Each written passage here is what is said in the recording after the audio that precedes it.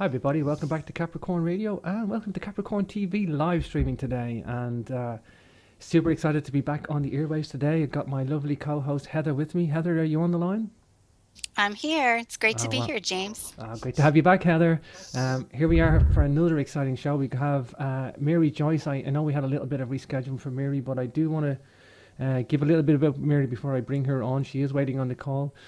Mary A. Joyce has worked for two major metropolitan area newspapers as a writer, columnist, artist, and Sunday magazine editor and feature editor. On the side, she's written magazine articles and 5 other books. Currently, she's working as the editor of the Sky Ships Over Cashiers website. Uh, that features cutting-edge topics, and we can talk a little bit about that too, I guess, today. Her career involves working for a Fortune 100 company, coordinating art and printing for talking children's books in that capacity. And she worked directly with many creative teams, including those at Marvel Comics, Golden Books, Mr. Rogers, Bernstein Beers, and Steven Spielberg's E.T. book staff.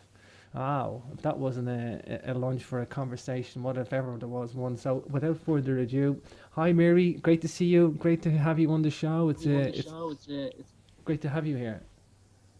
Thank you. That was a nice introduction. I appreciate it. I got a Hi, little feedback Mary. here. Hi there, Heather. Uh, yeah, wow. Tell me about the Steven Spielberg's E.T. book staff. That must be interesting to be involved in that project. It was just plain fun. It wasn't work at all. The only bad part was I think I saw the movie about 16 times, and after a while you get a little weary of it. But we had to make Wow, sure that we had everything right. wow. Um, you got quite. You know what I like about columnists and writers for newspapers and journalists is that they don't differentiate what type of research they do. It's about the scoop, it's about the story, it's about meaning, it's about justifying the research with tangible data.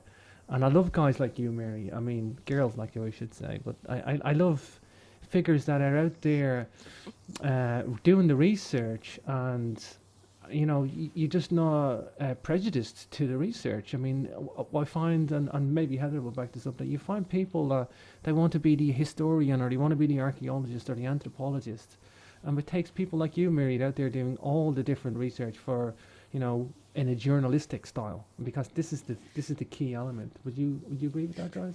I agree with that. And not only that, I really, really try to be the bridge between these academics who have these huge volumes that most people don't want to read, and I condense the information so that it's very easy for most people to read. And that's been the goal of everything that I've written. In Mm. fact, the 3 most recent books are a little bit more like a magazine. There's lots of photos, very Mm. condensed writing, and it's just easy to read. Well, I've been checking out some of the photos from the underground military bases. I guess that's the one we kind of really going to feature on today. Before I get into that book, I do want to mention out the other one. Well, we can go briefly on the other one because it's just so fascinating. I love history, as you know, Mary. I Tell know, me, I know. Cherokee Little. I'm obsessed with it. I'm looking for ancient origins, history, everything from megaliths and prehistory, everything. I think it's just fascinating. History just grabs me. But tell us about the Cherokee Little people. I mean, from what I gather here, this is a story of a journey of information here that's not been documented in any way, and people just don't know to touch it. Although there's some really interesting insights. If I hadn't, I didn't even believe in little people when I started. And then one day, a elderly man came in who's very, very respected where I live. And he told me, no, they're real. And when he was involved with early construction at the university here, Mm. Western Carolina University, they kept finding these little tunnels. And they ended up being all over the entire campus as they began to build new buildings. And they also found a little skeleton and a skull that was the size of a child, and it sat on somebody's desk for many years. And one day another teacher came by, picked up the skull and looked at it and said, "This is not a child's skull. It has all its wisdom teeth." Wisdom teeth. And as you know, yeah, you have to be, at least 18 to be hatching wisdom teeth. So that Wow. was some of the interesting evidence. And in that book, I have maps and photos, and I really hope a very qualified archaeologist will get in there and try to find more information. In fact, we're going to be posting another story this next week a construction man found more tunnels. He found 5 of them. Wow. And so I've added that to, it'll be on the website this next week.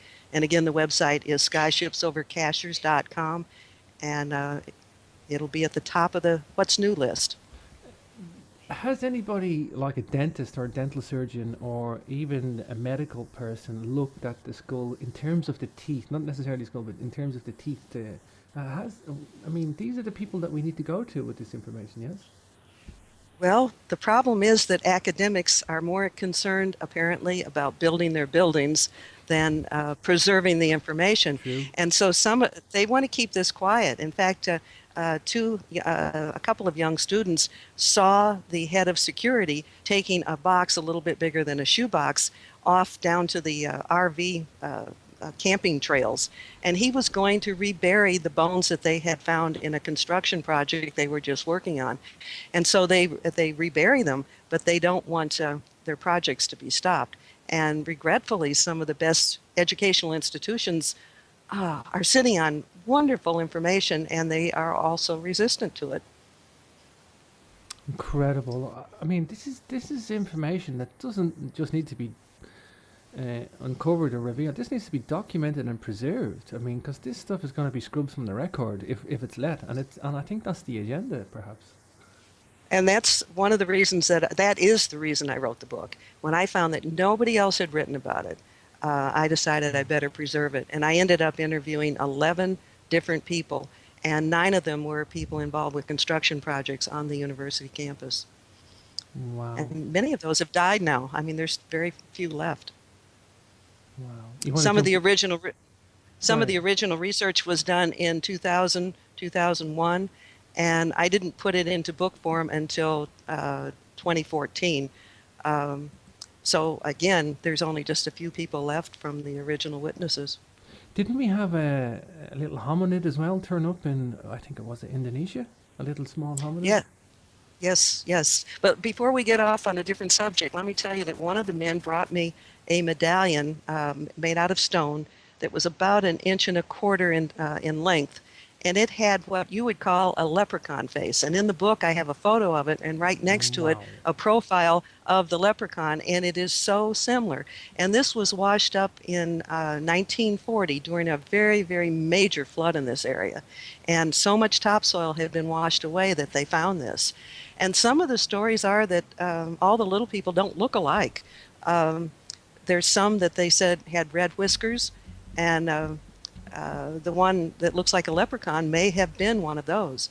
The other ones, they say, look very much like the Cherokee. That's incredible.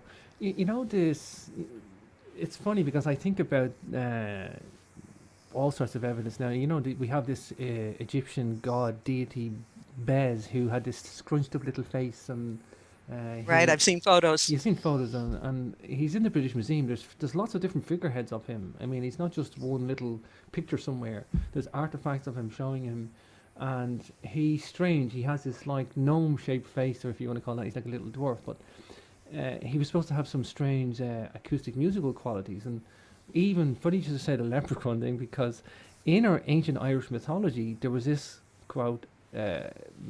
The semi-divine deity called Abcon, and Abcon was a dwarf, and he played a little magical flute, and that would win military battles by putting people into a certain trance by playing a certain tune, like. And it's just like the Egyptian god Bez. So maybe there's a strange little musical race of little people out there. I'm open to that. I really am. I mean, we have these fragmented little pieces of evidence left in our planet. And we have to string them together and make them into a necklace that makes sense. For sure. Heather, do you want to jump in at this point?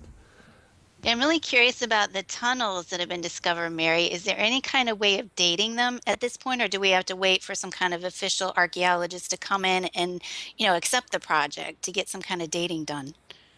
Well, when they've cut into supposedly virgin soil, it's always been in this real red, dense clay. And they're typically, let's say, 2.5 feet across, 3.5 feet tall, and they have arched tops, which of course gives it additional support. But they always look damp and fresh just because they've been under the ground. And the one that I'm going to be including on the website this next week, they cut into that recently, and it still looks as fresh as if it had just been cut. So it's very puzzling, very puzzling. Do we know of any local legends or mythology with the Cherokee that might give us a clue about these little people? Absolutely. I live very near the Cherokee Reservation. And because of my job that I had for most of the time I've been up here, I met a lot of Cherokee and became friends with them. Many of them say there are still some little people in the back areas of the reservation, and they firmly believe in it. They were also happy when I came out with the book because it gave them credibility. One of the reasons they wouldn't talk much about the little people is that white people made fun of them. So this gave legitimacy to what they absolutely believe. I don't know if that answers your question. Definitely, definitely. Another thing I was intrigued about to tie this to your other book is this sort of in the same geographic area as the underground military bases? I'm just wondering if there's some kind of connection to Cherokee sacred lands as to why they're doing this tunneling, and might it be connected to these little people tunnels? Probably not, but we do have a lot of mysteries here in the mountains of western North Carolina. We have Bigfoot, we have the little people, we have the underground bases, and we have UFOs. So if you need a little bit of intrigue in your life, come on over to our mountains and you'll maybe experience some of it. So Quite a plethora of culture to explore. Because one of the things that really intrigued me too is your website, the Skyships Over Cashier's website. I mean, it's amazing the number of stories and accounts and photographs that are on that site. And it really is the basis for your underground military bases book, isn't it, that developed it? that's correct. The website has achieved a lot of credibility. And because of that, some of these whistleblowers began to come to us to tell us their stories because they felt that the public had a right and perhaps a need to know what was going on. And so, yes, it's because of the website that I learned about these stories. And you might find it interesting that I'm really kind of answering a question you asked before. All of the underground facilities are near or under major tourist places. The one that would be known perhaps even in Europe is the Great Smoky Mountains National Park. And there's, 4 other ones that I've written about that are all under tourist attractions. Wow. Mary, what is it about, this is a mystery genre, whether you're talking history or underground bases. Does the mystery appeal to you? Do you want to get to, is solutions the key here, getting to I was born with a huge curiosity. I think that's what gets me into all this. And also very much a desire to share what I discover with other people, especially if I don't see any information already out there. I'm not going to duplicate the work of somebody else. I mean, that's not necessary. But everything I've done has not been really covered before. Wow. What's your feeling for these underground bases? There are a multitude of functions for them. Is there any sort of similarity in design, function, location? Do you think there's a uniform theme for having them? Do you see anything that you could kind of say that's different or that's similar? Well, there's all of them are military related somehow or another. The one that would be the most unique from the others is one that seems to be run by the United Nations, and that's under Mount Mitchell. And the whistleblower on that one we call Hawk, and he was in the medical field, and when he retired he still had lots of energy, and he wanted to volunteer his services for the National Guard. When they found out he had Army and FBI clearance, they decided to put him to work doing surveillance. And he was doing surveillance at Mount Mitchell with a squad of men. And they saw what he calls blue hats, which would be UN troops. And they came, they were seen many places, but one day they saw a number of them coming out of the backside of Mount Mitchell. And what happened was they would come out in sets of 2. And there would be one man carrying a very, very heavy back sack with supporting metal because it was that heavy. And then there would be a lead man with a military fold-up shovel. And there were 4 sets of these men. One set went down the south side, one the north side, so each side of the mountain was covered. And so Hawk and his squad split up and followed each of the 4 groups, and they zigzagged up and down the side of the mountain following animal paths. And the lead man would dig a hole about a foot deep. He would take a sensor out of the back of the the backpack, bury it in the ground and cover it up. And they put, hundreds of these around the mountain. And Hawk said these were very, very sensitive sensors, that it could distinguish between an animal or a human. And it just, was very fascinating. There was another group participating in this surveillance project at a town just east of the mountain. And they saw a train come in late at night, unload between 20 and 25 tanks, put them on flatbed trucks, and they drove them up the mountain, and they never were seen coming down again. And the supervisors for this man Wow. said that the facility at Mount Mitchell was 20 stories deep. So we're talking some incredible stuff. And before I forget, I want to tell you something that's going on around the world. Our country signed a World Heritage Treaty with the United Nations in 1972. This treaty has also been signed by other countries. And it turns over national parks and forests and historic sites to the United Nations.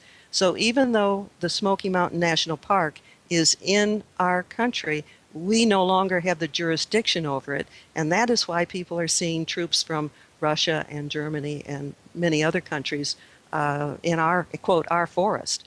I've talked to people in Australia and other places, and there's a similar thing going on there. I don't know the situation in Ireland, but check it out. It's the World Heritage Treaty.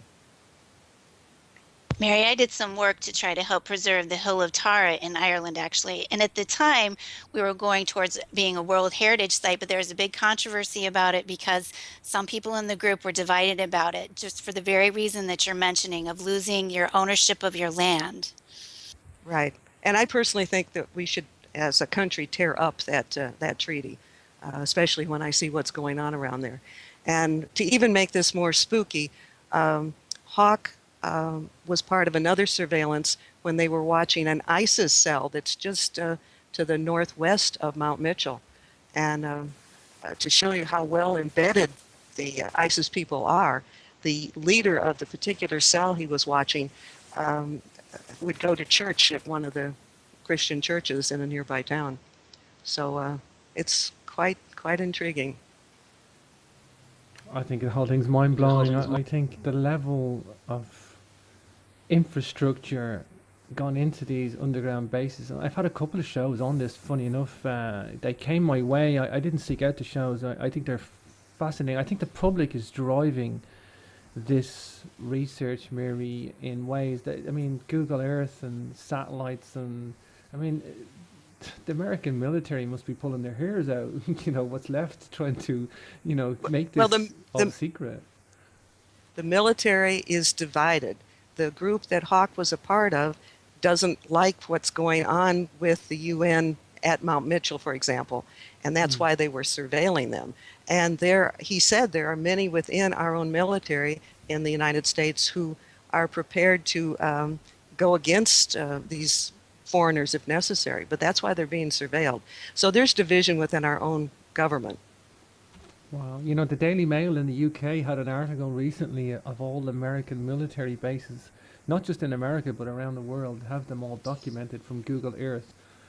The internet is driving this clandestine operation to the surface. The stuff's there if you want to find it and get to it. It's very, very difficult.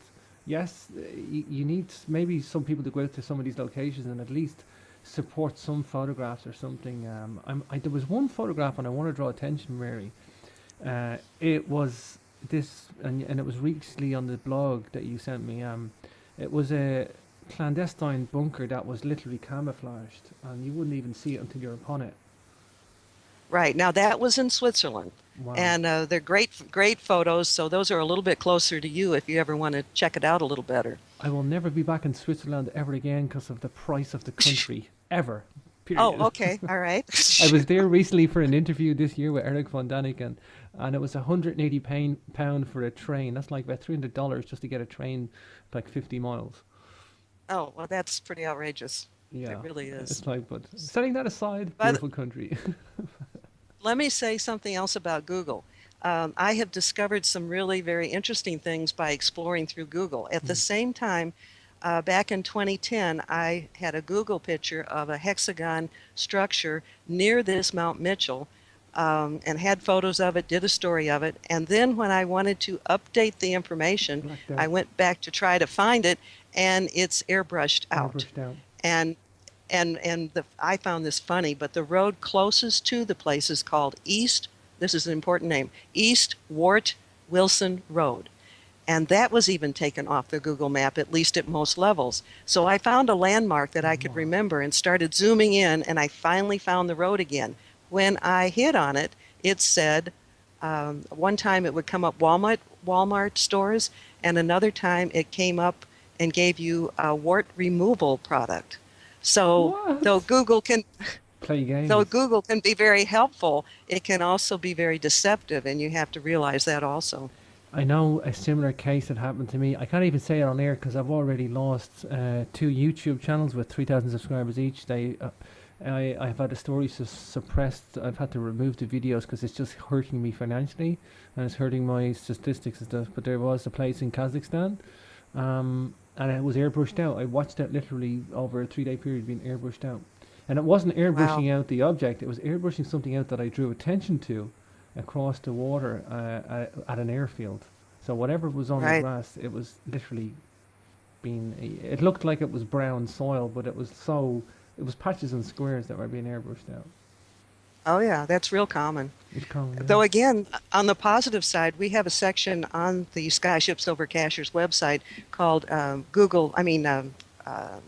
can't even remember it, Global Links. And we used Google to search Mars and found an entrance into Mars that looks quite contemporary. It looks like a major air hangar entrance. So that's one way Google has been very helpful, but not always. Not always. Fascinating stuff, Mary. How do you go about doing the research? Do you rely on people to get in touch and share knowledge for the underground military bases? Is that how it works? Well, in the beginning, I had to just get out and do it myself. Now, because we've been in existence since 2008, a lot of people come to us. But I try to get out and do a lot of it myself. Just a week or so ago, I was out following a mountain man tracking down Bigfoot. And so there's a real live adventure that can be with it, too. Do you see this as a positive thing, having all these bunkers for protection, or do you see it as a super clandestine thing of no positive value, or do you see it somewhere in the middle, like a power struggle between forces that you kind of alluded to? Is there any good to this? For the ordinary citizen, I don't think we benefit from it at all. I think the facilities are either for the elite, whoever those might be, where they can escape if there were to be any kind of an emergency, whatever that might be. And then I think they're at one of the sites that I've written about, it looks like they may be doing experimentation involving ETs and experimentations perhaps with humans, at least with animals, because one witness had reported that caged animals were seen being taken into the place. And you bring up a lot of stories, don't you, in the book about UFOs being connected to these sites. It seems like there are some that are trying to help out, like cleaning up the environment when there's a toxic spill, versus those that are doing malicious involvement, working against them. You're absolutely right. And that's why we as human beings have to pay close attention to our gut feelings, our intuition. And if something doesn't feel right, stay away from it, because there are many aspects of the UFO phenomena that you do not want to be involved with. And those that have not had good experiences. But there are also those that seem to be concerned about the planet and concerned about mankind. And so we have to really pay attention and distinguish between the two. It's interesting. There's another site that you mentioned in the book, the Pisgah Astronomical Institute, which apparently seems to be a front for another underground base, but yet you've had witnesses come forward about going in and finding some really unusual things when they're greeted. We had one man in particular who had, and probably still does, have high security clearance. And when he read our first article about the Perry, we call it the Perry Center, it stands for Pisgah Astronomical Research Institute. And he said that the article was true, and he was so concerned for his own welfare that he very carefully wrote the statement that he allowed us to put on the website. He didn't even want the writing to sound like his style of writing so that nobody could trace it back to him. And the original woman, who you kind of must have read about by your question, Heather, she grew up in a family where her father was in high security work, and the whole family was really under surveillance, so to speak. She's the very first one who told me about what was going on beneath the Perry Center. I'm not sure the same kind of things are happening at the other places. That one is the one that seems to have the darkest side to it. And it's also the most camouflaged. On the surface now, it's an educational astronomical research place, but you can only get in there at certain times by invitation.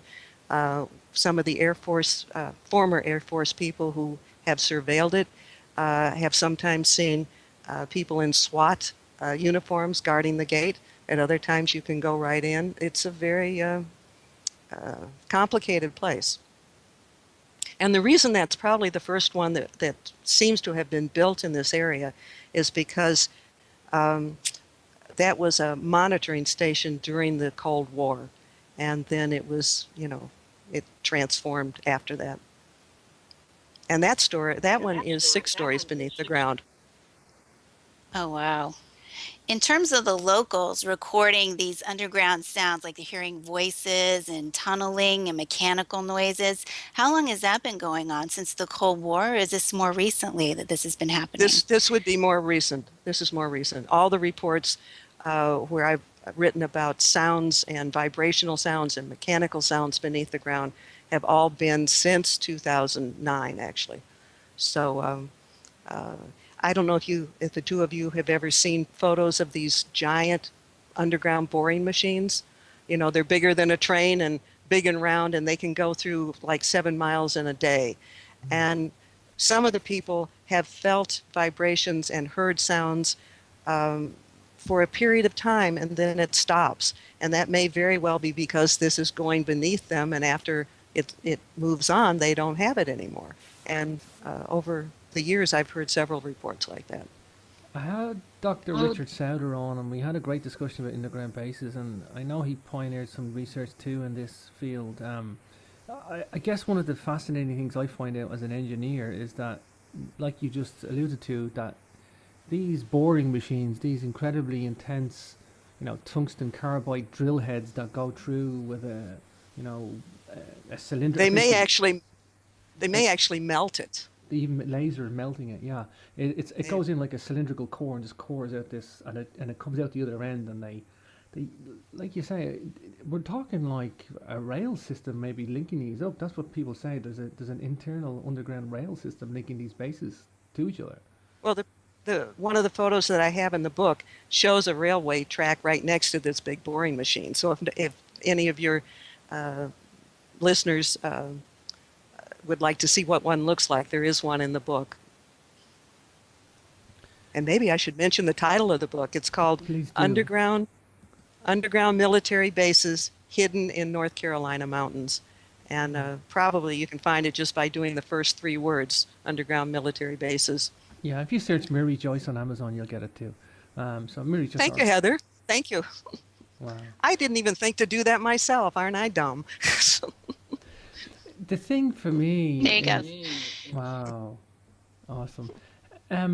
Mary, this, when you think about this and when you get through some of the evidence, you have to, when you talk about the people, the elite that are doing this, and it's like, It's like, okay, I'll just paint this under one banner. The American government at the top level, or the elite, are acting like a royal family almost. The way a royal family has their own little infrastructure to protect themselves, and all the rest of the people are their subjects. What happened to I see. government? What happened to government? What happened to the government who serves the people? We're losing it from what I can see. And I think that's one of the reasons that Donald Trump is getting so much attention right now in our election procedure, because he's speaking up when everybody else is speaking only in political mumbo jumbo. Um, there's a real hunger to get back to what we're supposed to be, which is a representative democracy.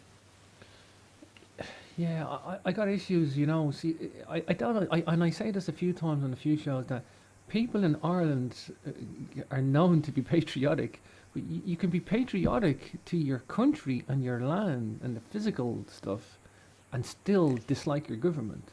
And Absolutely. I don't see that in America as an overall picture. I know there's bright souls like you out there, Mary, doing this research and exposing the good stuff and exposing the bad stuff and differentiating between what's what. But I just see Right. the masses are just blindly following their governments. I mean, are the governments And that we successful?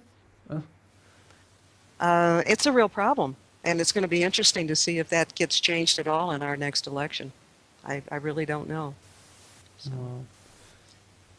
I have What? to admit, this is the first time I've done a three-way Skype interview, and it's kind of interesting. Which box is going to talk first? Wow. Well, I'm going to offer Heather to come in next. So. Really curious about the purpose of this tunneling. Is it to connect cities? And why do they want to connect cities underground? It seems very nefarious. Like, how far did this tunneling network go? Do we know at this point?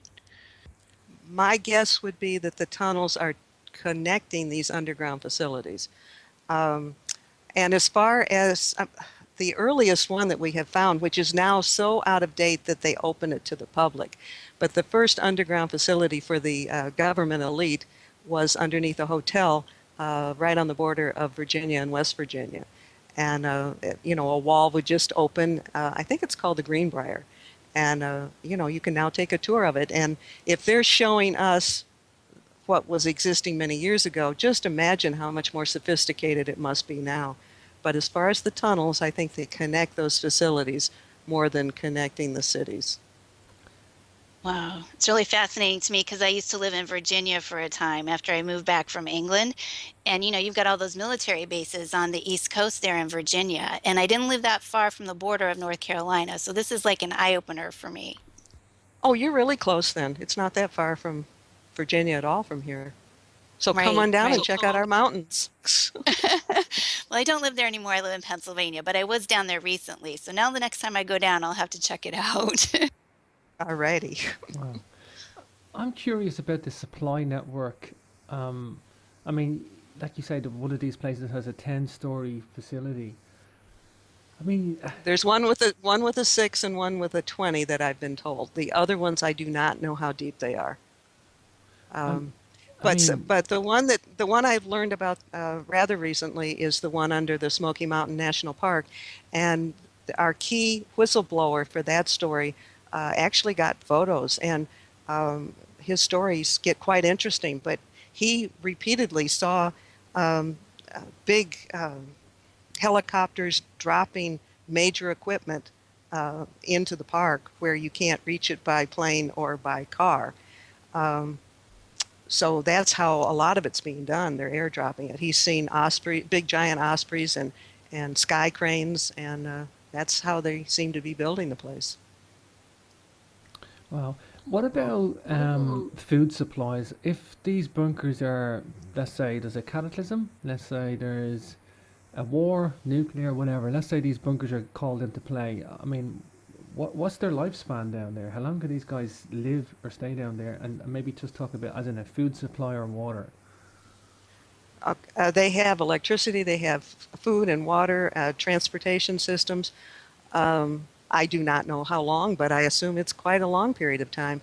There was somebody who was able to get in with a camera, not here, but someplace else in the country, where he saw major trucks, like Walmart trucks, hauling things into a tunnel into the ground, and apparently they went, deep into the country. So that's probably all the insight I can give you as far as that goes. Wow. It's rather frightening also, some of the pictures you have in the book of the robotic spies, that they're animals or birds and that they're actually robots. Yeah, I don't think I've ever talked about that on a show before, but yes, and they're quite sophisticated looking. Um, the only story that I have regards a place called Sugarloaf Mountain. And I interviewed a woman who lived at the top of that mountain in 2010. And then 3 years later, I interviewed three different people. And they saw these animals that didn't look real.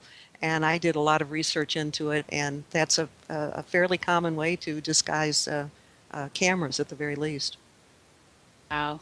Do you think Sugarloaf Mountain is like another entrance, I believe you said in the book, to these tunnels, or what's its Absolutely. purpose? Absolutely. It's another facility, and they're probably, as I said, all linked. Um, that's one of the ones where one of the key witnesses interacted to some degree with the UFOs or with the ETs, and she felt very strongly that there were good ones and bad ones, or grays and those that weren't gray. Um, One night she noticed that the whole top of the mountain was lit up with floodlights, and big helicopters were dropping heavy earth-moving equipment on the top of the mountain. And the next morning, she and her husband were really, really curious, and they hiked up to the very top of the mountain. And the top of the mountain had totally changed its shape, and it had all been resodded. So they were putting something in there. And they have built huge cement electrical poles, and the cables are, she said, 10 inches in diameter. So that's funding some. There's only I think 6 to 8 houses at the top of this mountain, and no way would you have cables that are 10 inches thick for just that number of houses. So there's something major going on up there or down there. You go up to get down. Do you ever look at the Planet X hypothesis that we have an incoming large body that's going to really disrupt our Earth, and these guys are planning for it? I have certainly heard that in many, many places, and that perhaps could be the reason for the apparent speeding up of the building of underground facilities. It could be that. Um, I can't, I mean, who knows? I don't know how to Who knows? How do you confirm answer that. Yeah, how do you answer that? The Planet X research in itself is a whole chunk of your life gone just to research it, and even Well, then you won't know whether you can make a decision whether you believe it or not. But I guess what I see with the underground bases is, number one, the statistical number that there is, the intensity of the building projects, sheer determination, the level of technology going into them, and that then is driven by a massive obsession. It's almost an obsession, and the reason for doing it must be like the payload for any obsessive industry or infrastructure. There must be a payload for that. It's not just because these guys are maybe going to build something they might want to use one day. It's like no, I think there's a real determined effort, and almost like there's a deadline to accomplish whatever they're doing. And there's many underground facilities that people who would listen to your program would probably know about in the western part of our country, of the U.S., but nobody that I know of has written about the ones here in the eastern part, all along the Appalachian Mountains. And when I found out nobody had, again, that's the reason I decided to do the book. I'm not going to write books about things that people have already written about. So Sure. this is new material. Wasn't there a big bunker in Denver and Colorado in the mountains there as well? Oh, there's a huge one out there, just huge. Yeah. And so huge that some people think that all the tunnels end up connected there. It's incredible. It's incredible. You have a witness in the book, Mary, that talks about overhearing that the local Cherokee chief would find sanctuary down in these tunnels and some kind of like drastic event happened. Can you share a little bit about that as evidence of what's going on? Yeah, it was just somebody who was sitting in an office, and I guess the walls were too thin. And this person was aware of all the uh, unusual air activity that was going on around Cherokee, so their ears really perked up when they overheard that, telling the chief where he and his family would be taken for safety and protection if necessary. So I guess you've read the book. You're asking really good questions. I have read the book. I always try to read the book. Thank you. But it Thank makes you. you I wonder, appreciate that. oh, no, I enjoyed it. It was really interesting. I find it helpful. Then I can ask you more specific questions to help. But it makes you wonder, like, if that ascertains, like, what James is saying in terms of, is there some kind of list of special people who are going to be taken down to this bunker or these underground cities, basically, that they're building to protect people and some kind of catastrophic event happens. So My own feeling is that those who have a right to be there already know that and know how and when they would get in there. But I don't think you and James and I are going to get an invitation. I don't think so, especially after this interview, right? I think I'm last on the list. Yeah, absolutely. I'm not even on the We- Christmas list. Me either. One of our witnesses was a retired professor, and he lives not that far from the Perry Center that we were talking about earlier. And he quit talking about it because every time he did, a UFO would come over and his computer would get wiped out. He said it just got too expensive. And so he was a very good witness, but that ended, because he financially couldn't deal with it. Wow. Bringing in the UFO thing, I know on your blog, I was looking at it, I just find this incredibly interesting that there's a UFO caught siphoning water off a lake. Now, you can see what looks like a beam coming down, and then you can see the level of the water in the lake seems to be lower or dropping. Would these guys be taking the water for these bunkers? I mean, I don't think a UFO needs water, but they're obviously maybe transporting the water or siphoning Well, the UFOs may very well need water, but if you want a better story regarding water, two men who worked at the fish hatchery in Cherokee noticed that the flow of water into the hatchery was slowing way, way down. So they hiked up the river or the creek to try to find out what the problem was. And what they found was at the very top where the reservoir used to be, it was all dried up, and there was one of these 50,000 gallon tanks, mostly buried where the reservoir had been, and there were pipes going from the tank into the ground. Now, I think that's a more likely scenario for supplying water to an underground facility. I don't think it's going to be dropped by UFOs, personally. Sure. It's like these guys, the infrastructure, the military. It's like they're aware of something. They're building for something that they're aware of. I look at it's like I'm coming from an engineering background, Mary, and I just know that you just don't fund that. I mean, the amount of money that must be draining. I personally, I think the American government has a big fat pocket that's never going to be drained. But still, you just don't put that money into something that you're not going to use. There's lots and lots of articles about the U.S. black budget, and there's a ton of money that's unaccounted for, and it goes, for projects like this. It also goes for what's going on in Mars, and I've seen enough evidence, as far as I'm concerned, that there's a colony already being established on Mars. It sounds far out.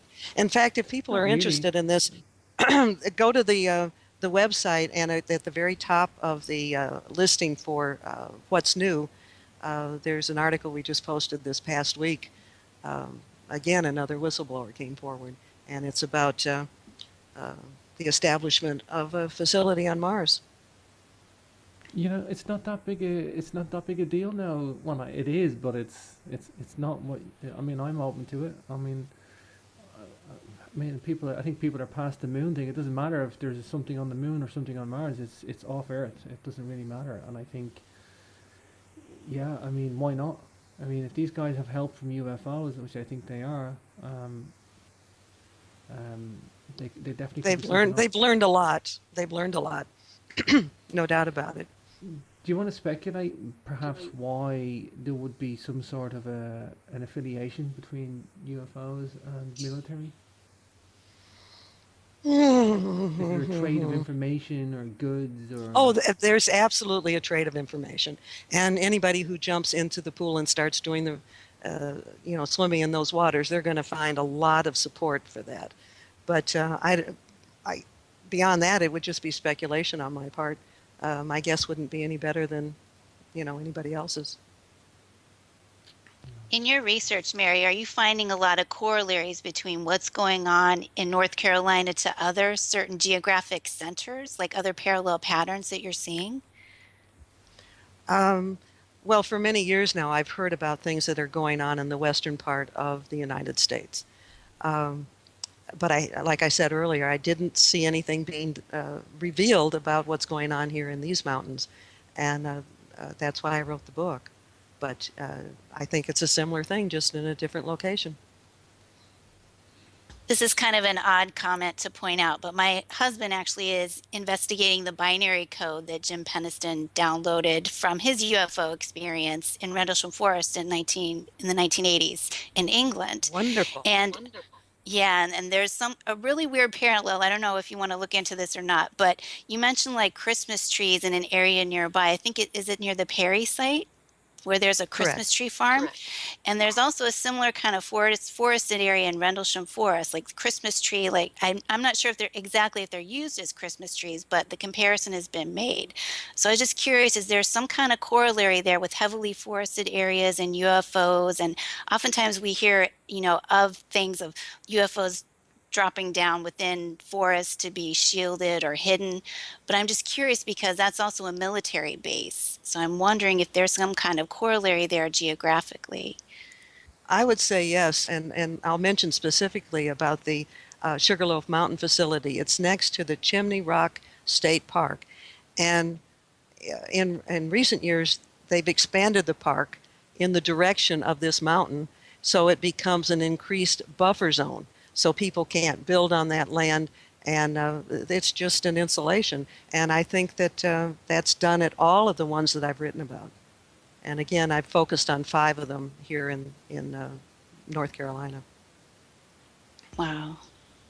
Mary, what can somebody do if they had information for you? Can they get in touch with you? Are you approachable? Do you have a way of networking with other people?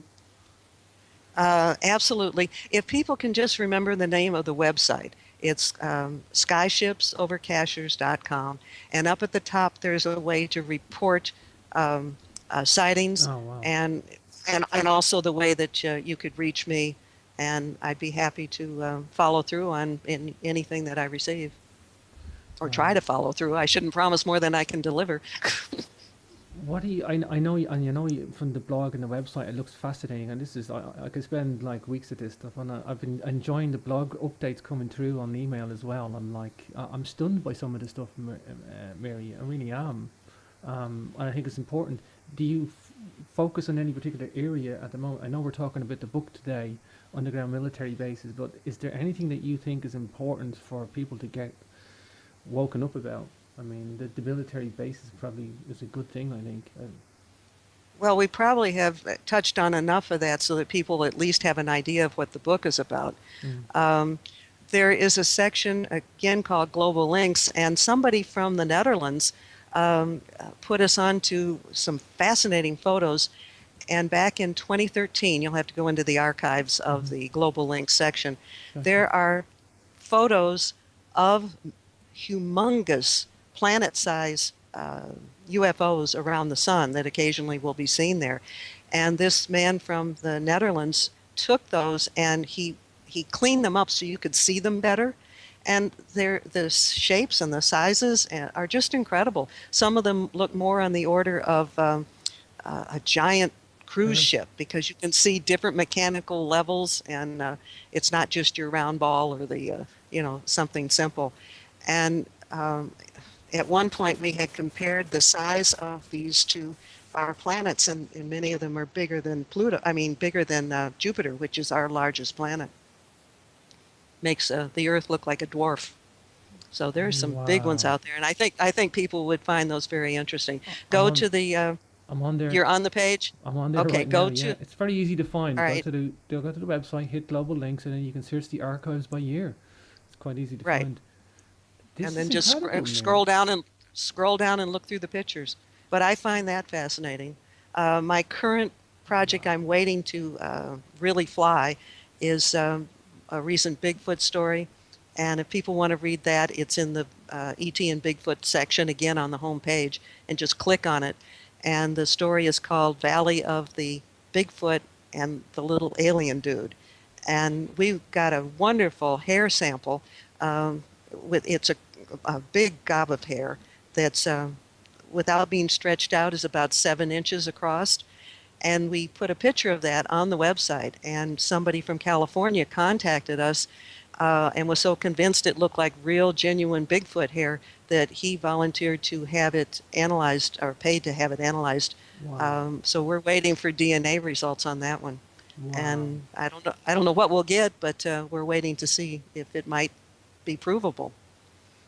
You know, we're having this conversation today. It's great because 15 years ago, it would have been outlandish to even do a show. I mean, you might have got something about it in an article somewhere or a book, or a very obscure book, but to talk about it was like taboo. And now people are just Right. out to do real research, and they know it's not going to be done academically, but we don't need the academics anymore in terms of alternative concepts. We really don't.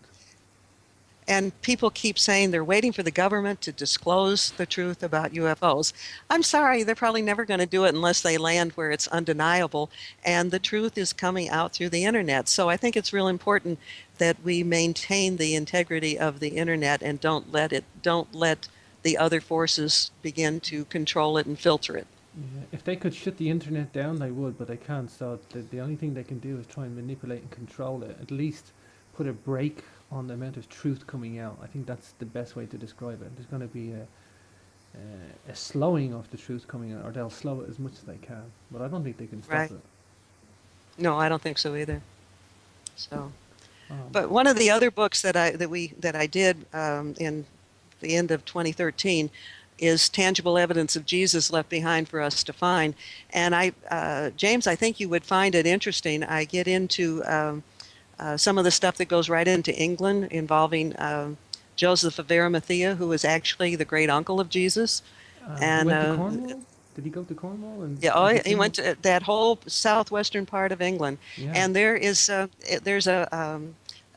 according to the old stories, the uncle, Joseph of Arimathea, was also a nobilis decurio for the Romans, and he was in charge of the tin mines in England. And he made regular Mm, trips between the Holy Land and in England, sure. and he would stop to fill up his ship with water at the Camel River because there was a spring there, and the spring is still there.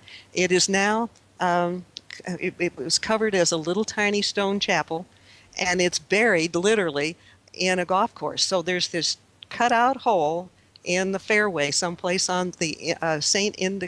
Dock golf course, and there is this chapel where the Jesus well existed. Hmm. So there's a lot of things in there you probably would find interesting just from your uh, interest in ancient archaeology and things like that. Yeah, you know, I had lived in Cornwall, and somebody had. It was another author, Maurice Cotterell. He told me about this a long time ago. That Joseph of Aramea was down that way before.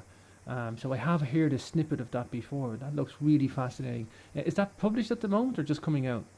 Yes, no, all three books are available on Amazon, which means anybody in the world can get them. And again, Okay. it's the short title is Tangible Evidence of Jesus. The whole title, Tangible Evidence of Jesus Left Hmm. Behind for Us to Find.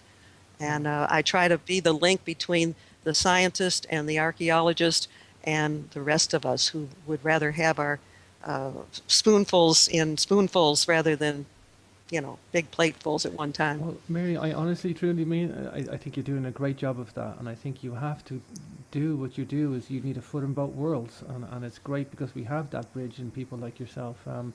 Uh, So yeah, I really commend you. I'm going to link up the books for the listeners in the YouTube description when this goes to archives. But Heather, you any final Thank, comments? We're at the top of the hour.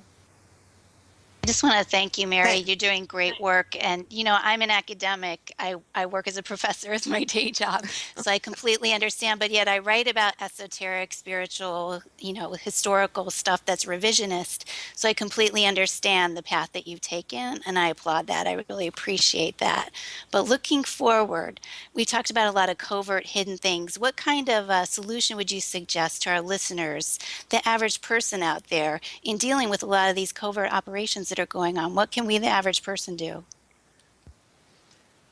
um, the more we become aware of it and the more people that get together behind some of these petitions, here in the United States there's always these petitions to come along. Well, they can be effective if you get enough signatures. That's the first thing that comes to mind. um, I haven't really thought that through. I've been so focused on letting people know what's happening, and the next step really needs to be taken. I think getting the information out there is such a huge step forward, really. So Thank thank you. you. And if you ever have anything that you would like to share through our website, let me know. I would be happy to Oh, do that great. because it Great. sounds like you have things that people would be very interested in. Definitely. We'll stay in touch. All righty. Thank you so much. Okay, guys. Well, Thank you, Mary. today's author is Mary Joyce. Her books are In the Underground Military Bases Hidden in North Carolina Mountains, Cherokee Little People Were Real, and Tangible Evidence of Jesus. Have I got that right? You got it right. You did a good job. I appreciate it. Thank you for that. Mary, it's been an absolute pleasure. It really is today. Keep up the work. I just think you're an inspiration and you're a benchmark for seeking mysteries. Don't drop your brain out and just believe anything. Do your homework, do the research, do the journalism, and we need more people like you out there, Mary. We really do. But I commend you on your work and your research. It's a pleasure talking to you today. And Heather, thank you so much. Thank you Thank both. you, I Jane. appreciate it. Thank you, Mary. Take care.